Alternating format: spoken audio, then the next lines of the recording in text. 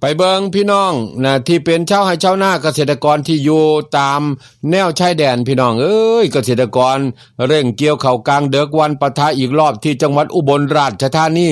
เอาสู่เด้อแม่เด้อสู่เกษตรกรในจังหวัดอีสานใต้ครับกังวลว่าหากเกิดเหตุปะทะไทยกัมพูชาอีกรอบหนึ่งจะเก็บเกี่ยวข้าวบ่ทันทำให้ขาดรายได้ความกังวลนี่ครับทำให้เกษตรกรในอำเภอนำยื่นจังหวัดอุบลราชธานีเกณฑ์คนงานและก็ใส่รถเกี่ยวข้าวเร่งลงแปลงนะครับเป็นแปลงเกี่ยวข้าวเจ้าและก็ข้าวเหนียวในเวลากลางค่ำกลางคืนและหากเกิดปะทะกันขึ้นแล้วเกี่ยวข้าวบ่ทันจะทำให้ข้าวแก่ร่วงเสียหายวันต่อไป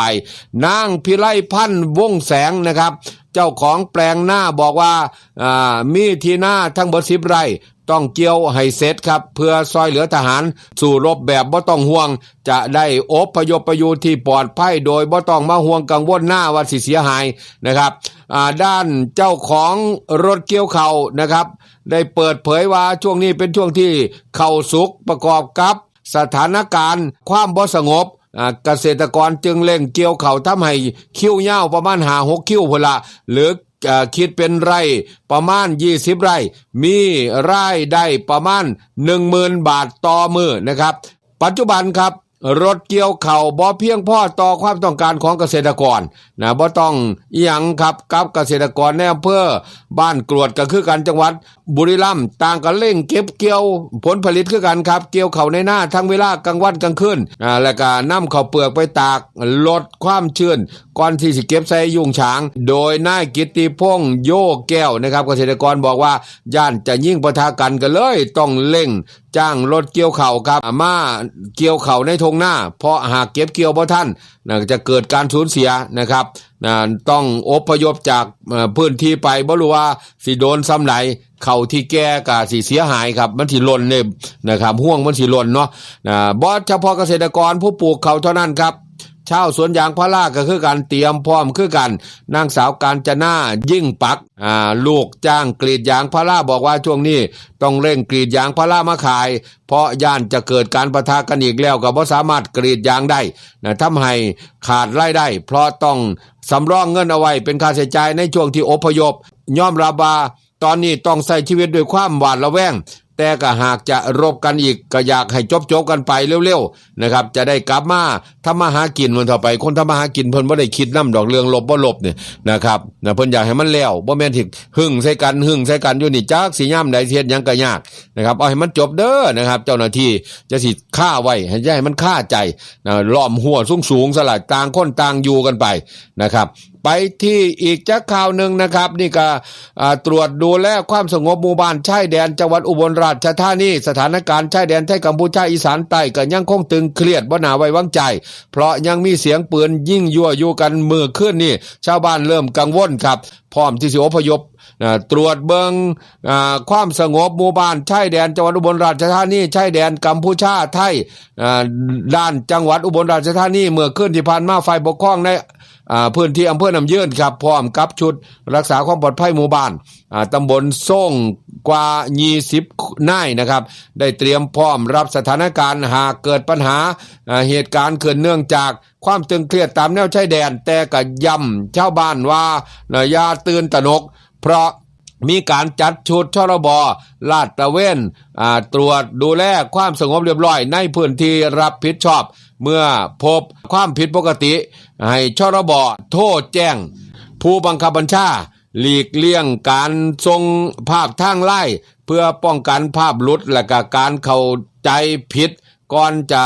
ประชาสัมพันธ์ผ่านหอกระจายข่าวนะครับให้กับประชาชนในพื้นที่ได้รับทราบตามแผนพิทักษ์แนวหลังนะครับยังได้ยินเสียงปืนดังทุกคืนพร้อมอพยพที่จังหวัดศรีสะเกษก็คือกันครับที่หมู่บ้านเสาธงชัยอำเภอกันทรลักษณ์จังหวัดศรีสะเกษซึ่งก็ห่างจากชายแดนไทยกัมพูชาเพียง3 กิโลเมตรเท่านั้นชาวบ้านยังได้ยินเสียงปืนเล็กดังรั่ว1 ชุดกว่า30 นัดซึ่งก็น่าจะบ่แม่นปืนเพียงกระบอกเดียวนะครับจากช่วงปราสาทโดนตรวนเชื่อว่าน่าจะเป็นการยิ่งเช็คระยะหรือว่ายิ่งเพื่อยั่วยุทหารไทยจากแนวเทือกเขาบรรทัดฝั่งกัมพูชาซึ่งกับชาวบ้านบอกว่าทุกมื้อนี้ครับ หากเกิดเหตุการณ์ขึ้นนะพร้อมอพยพทันทีครอบครัวของนายพลูจันทร์ครับหน้าวงอายุ72ปีที่ต้องดูแลสามีอายุ75ปีนะป่วยติดเตียงเหตุครั้งนี้ครับ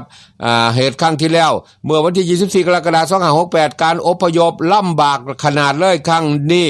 หากจะยิ่งปะทะอีกวิงวอนขอให้นะครับทางการแจ้งให้เร็วเพื่อจะได้ย้ายนะครับแล้วก็อพยพสามีออกไปก่อนซึ่งคู่มือนี้นะครับก็ยังย่านอยู่วันต่อไปส่วนที่บังเกอร์บ้านน้องน้ำโขงเขาก็ยังบ่ทันเรียบร้อยที่ถูกจรวด BM21 นะครับทหารกัมพูชายิงใส่นายสุธีบุญแตงอายุ60ปีปู่ของน้องน้ำโขงพาเบิงหลบภัยที่บังเกอร์ที่กันจอมพลังนะครับมาสร้างเอาไว้ให้แต่ก็ยังบ่แล้วเสร็จครับเนื่องจากเกิดดราม่ากันขึ้นก่อนตอนนี้มีการว่างท่อแล้วก็ถมดินบ้างแล้วประมาณ 60-70% เหลือส่วนการเก็บตกงานแต่ก็ยังมีน้ำขังอยู่หากเกิดเหตุฉุกเฉินก็สามารถหลบได้ชั่วคราวแต่ก็ยังบ่เสร็จสมบูรณ์เตรียมพร้อมตามแผนพิทักษ์แนวหลังที่จังหวัดสุรินทร์นะครับขณะที่รองผู้ว่าราชการจังหวัดรักษาราชการแทนผู้ว่าราชการจังหวัดสุรินทร์ฝ่ายปกครองได้ประชุมหน่วยงานรับผิดชอบแต่ละพื้นที่นะครับผ่านระบบสื่ออิเล็กทรอนิกส์เตรียมความพร้อมสถานการณ์บริเวณชายแดนไทยกัมพูชาเตรียมการรองรับการอพยพชาวบ้านที่ได้รับผลกระทบหากเกิดการสู้รบในพื้นที่ชายแดนทุกอำเภอเพื่อบรรเทาความเดือดร้อนเพิ่นว่าจังซั่นนะครับก็ชาวบ้านอยู่ด้วยความหวาดผวาหวาดระแวงล่ะพี่น้องครับเพราะว่ามันบ่จบจักเทื่อเรื่องมันบ่แล้วนะครับไปเบิ่งครับมอบ 200,000 บาทสนับสนุนหมอนทองวิทยาสารต่อเทพนิยายลูกหนังโอ้เข้าท่าครับเข้าท่าความสุขเนาะพี่น้องเนาะกับการได้ให้แล้วก็ความสุขกับการได้รับแรงสนับสนุนลดขนฝันยั่งลังไหลครับสมฤดีร้านวัวเนื้อวัวอาติบมอบเงิน 200,000 บาทสนับสนุนหมอนทองวิทยาสารต่อเทพนิยายลูกหนังนะครับผู้สื่อข่าวรายงานว่านางสมฤดีชัยมงคลรวมด้วยร้านเนื้อวัวอาติบนะครับนำทีมบ้านประท่านพรและก็คณะเพื่อนเดินทางไปยังโรงเรียนหมอนทองวิทยาอำเภอบางน้ำเปรี้ยวจังหวัดฉะเชิงเทราครับนำเนื้อทอดพร้อมกินพร้อมรับประทานจำนวน100 แพ็คแล้วก็มอบเงินส่วนโตเพื่อสนับสนุนทีมฟุตบอลโรงเรียนหมอนทองวิทยานะครับจำนวนเงินกว่า 200,000 บาทครับโดยมีอาจารย์สกลเกลียงประเสริฐครับพร้อมด้วยน้องเตวรากรช่างเขียนดีแล้วก็อิหม่ามผอ.โรงเรียนหมอนทองวิทยานะครับเป็นตัวแทนรับมอบเพิ่นว่านางสมฤดีบอกว่าสำหรับพวกเฮาบ้านประท่านพรการได้มีโอกาสเดินทางไปสนับสนุนและส่งมอบเนื้อทอดเนื้อแดดเดียวพร้อมทั้งมอบเงินสนับสนุนให้กับน้องๆที่โรงเรียนหมอนทองวิทยาในครั้งนี้ครับเป็นความรู้สึกที่ดีครับและก็ภาคภูมิใจอย่างหลายนะครับเฮาเชื่อว่าทุกโอกาสที่ส่งต่อไปให้น้องๆจะซอยเปิดประตูให้เขาได้พัฒนาตัวเองทั้งในด้านการเรียนการกีฬาและกิจกรรมต่างๆของโรงเรียนการได้เห็นรอยยิ้มความตั้งใจและกับพลังบวกของเด็กๆจังใดก็ตามครับสิ่งที่เกิดขึ้นในครั้งนี้ครับทำให้เฮารู้สึกว่าการให้ครั้งนี้ครับมีคุณค่าหลายกว่าสิ่งของที่นำไปมอบให้แล้วก็พวกเฮารู้สึกยินดีครับที่ได้เป็นส่วนเล็กๆนะในการสนับสนุนนะครับฝันของน้องๆและก็หวังว่าสิ่งที่เฮาทำได้ในมื้อนี้จะซอยสร้างกำลังใจให้กับน้องๆเดินหน้าต่ออย่างมั่นใจและก็ขอขอบคุณคณะครูผู้บริหารโรงเรียนหมอนทองวิทยาครับที่ให้การต้อนรับอย่างอบอุ่นและเปิดโอกาสให้พวกเข้าบ้านประท่านพรได้ร่วมเป็นส่วนหนึ่งในครั้งนี้นี่แหละครับพี่น้องครับการให้ถึงอนาคตสิมีการตรวจสอบนั่นนี่อีกจากคนที่บ่มีผลงานนี่หยังนะครับ ก็เป็นอีกเรื่องนึงแต่เฮาได้ให้แล้วนะหวังว่าสิเว้าขึ้นตัวเนาะ อันนี้หยอกเล่นซื่อๆดอกครับหยอกตามกระแสข่าวแต่ว่าเป็นสิ่งที่ดีมากๆครับเพราะว่าเฮา สนับสนุนเยาวชนอนาคตของชาติมื้อหน้าเฮาสิได้เพิ่งพาเขาเฮาอายุหลายขึ้นเฒ่ามาเด็กน้อยรุ่นนี้ล่ะครับก็สิได้พัฒนาบ้านเมืองนะครับแล้วก็สุดยอดครับมีเหลือแบ่งปันให้ตอนที่ยังมีชีวิตอยู่ตอนที่ขอบคุณได้ยินเสียงกันได้แบบนี้ถือว่าสุดยอดแล้วล่ะครับนะครับชื่นชมไปต่อกันอีกข่าวนึงกันนะพี่น้องครับรวบ2พ่อลูกหัวหน้าแก๊งลักหม้อแปลงไฟฟ้านั่นเห็นบ่ทั้งพ่อทั้งลูกนะครับสอนลูกให้ลัก แม่นตัวไปก็พ่อแม่นเนาะก็พ่อก็สิสอนวิธีถอดหม้อแปลงตัวเนาะรวบ2พ่อลูกหัวหน้าแก๊งลักหม้อแปลงไฟฟ้ามูลค่าความเสียหายกว่า 300,000 บาทพะนะกองบังคับการปราบปรามร่วมกันจับกุมนายเจษฎาพรอายุ19ปีและก็นายเจษฎาอายุ51ปีซึ่งต้องหาว่ากระทำความผิดร่วมกันลักทรัพย์ในเวลากลางคืนซึ่งก็เป็นทรัพย์ที่ใช้หรือว่ามีไว้ใช้เพื่อประโยชน์และสาธารณประโยชน์โดยร่วมกระทำความผิดกันตั้งแต่2คนขึ้นไปโดยใช้ยานพาหนะเพื่อสะดวกแก่การกระทำความผิดหรือว่าการพาทรัพย์นั้นไปหรือเป็นของโจรนะครับพฤติการสืบเนื่องมาจากช่วงต้นปีพ.ศ. 2566เมื่อพื้นที่ตำบลแก่งกุมอำเภอบ่อพร้อยจังหวัดกาญจนบุรี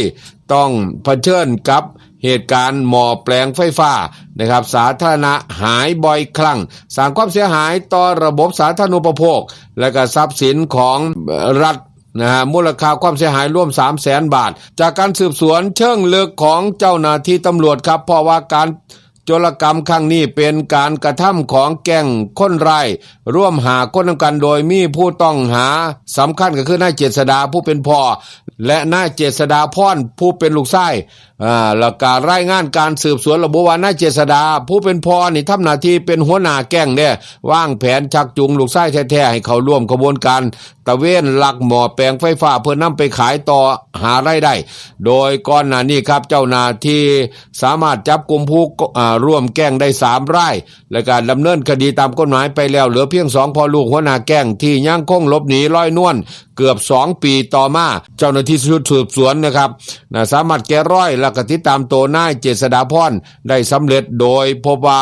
ได้หลบหนีไปซ่อนตัวอยู่ในพื้นที่จังหวัดปทุมธานีนะครับจึงได้วางแผนเข้าทำการจับกุมตามหมายจับในเมื่อวันที่29ตุลาคม2568และนำตัวกลับมาดำเนินคดีที่สพ.หนองปลือขณะเดียวกันเมื่อนายเจษฎาทราบข่าวว่าลูกชายถูกจับกุมก็พยายามหลบหนีออกนอกพื้นที่ทันทีหนีความผิดแต่สุดท้ายนะครับบ่พ้นสายตาเจ้าหน้าที่ตำรวจโดยเจ้าหน้าที่ตำรวจสามารถติดตามแกะรอยไปจับกุมตัวนายเจษฎาได้ที่กลางป่ายางพาราครับในพื้นที่อำเภอผู้พานจังหวัดสกลนครซึ่งคณะการเข้าจับกุมนายเจษฎานั่นเจ้าหน้าที่ตำรวจก็ได้สังเกตการอยู่ภายในวัดแห่งหนึ่งติดกับบ้านพักผู้ต้องหาก่อนจะเข้าแสดงตัวเป็นเจ้าหน้าที่พร้อมแสดงหมายจับทันทีที่นายเจษฎาเห็นเจ้าหน้าที่ตำรวจก็ได้กระโดดข้ามกำแพงบ้านแล่นหนีครับไปในป่าหวายเป็นระยะร่วม500เมตรโดยมีชุดจับกุมแลนติดตามอย่างกระชั้นชิดอุปสรรคในการติดตามก็คือป่าหวายมีแต่หนามพี่น้องกับแหลมคมนะครับแล้วบูป่าไปโดยบ่ได้คิดชีวิตล่ะคนหนีเนาะทำให้ชุดจับกุมได้รับบาดเจ็บกางเกงยีนขาดจนว่าถูกหนามคมแทงเนื้อข้างในและตามลำดับมีร่องรอยแผลถูกหนามเกี่ยวตลอดทางแต่สุดท้ายก็สามารถติดตามจับกุมตัวผู้ต้องหาเอาไว้ได้พร้อมแจ้งข้อกล่าวหาครับและสิทธิให้กับผู้ต้องหาทราบครับก่อนนำตัวส่งพนักงานสอบสวนสพ.หนองปลือจังหวัดกาญจนบุรีดำเนินคดีตามกฎหมายต่อไปสอบถามคำให้การผู้ต้องหาเบื้องต้นนะครับผู้ต้องหาทั้ง2รายได้ให้การรับสารภาพตลอดข้อกล่าวหาเพิ่นว่าจังซั่นนะครับปวดหัวครับปลาข้างบ้านกินแล้วโยนทิ่มบ้านคนอื่นนี่ก็มีเพื่อนบ้านที่พี่น้องครับมีเพื่อนบ้านแบบนี้อยู่หม้องใดก็ลำบากครับนะครับมาเบิ่งครับข่าวนี้ครับมีผู้ใช้ TikTokบัญชีหนึ่งครับได้โพสต์คลิปเดือดร้อนหลังจากคุณป้าข้างบ้านครับมีพฤติกรรมแบบผิดแปลกแตกต่างชอบสร้างความเดือดร้อนด้วยการโยนกล่องโฟมกล่องอาหารที่ใส่อาหารแล้วก็เศษอาหารเข้ามาที่บ้านโจรว่าเลอะเทอะแล้วก็ส่งกลิ่นเหม็นคากลุ่งโดนหลายสัปดาห์ล่าสุด14พฤศจิกายน2568มื้อนี้ครับทีมข่าวก็ได้ลงพื้นที่ไปบ้านหลังดังกล่าวไปพบผู้เสียหายที่หมู่บ้านแห่งหนึ่งย่านบางใหญ่จังหวัดนนทบุรีนะครับ เมื่อไปถึงกระเพาะกองโฟมใส่อาหารและเกษตรขยะถือกทิมกระจัดกระจายสะจันพานเต็มพื้นบ้านทราบว่าเพิ่งถือกโย่นขามมาแบบสดๆร้อนๆอุ่นๆโยนต่อไปเมื่อวานนี้ตอนแรกๆสอบถามนั่งแหวนอายุ35ปีเจ้าของบ้านผู้เสียหายบอกปัญหานี้เพิ่งเกิดขึ้นได้ประมาณ2เดือนเศษซึ่งกับครอบครัวของเธอได้ซื้อบ้านหลังนี้เอาไว้แล้ว10กว่าปีนะครับแต่โดนจะมาปัดกวาดเช็ดถูโดยช่วงเดือนตุลาคมที่ผ่านมาเริ่มสังเกตเห็นกองโฟมใส่อาหารและก็ถุงแกงกองถิ่มเรี่ยราดทรงกลิ่นเหม็นคาคลุ้งที่หน้าบ้านตอนแรกเธอคิดว่าเป็นเพราะพวกคนเล่ร่อนที่เขามาป่วนนะครับโดยที่ยั่งบ่ปักใจเสื้อว่าจะเป็นคุณป้าข้างบ้านแต่โดนมือเขากองโฟมใส่อาหารและเศษขยะ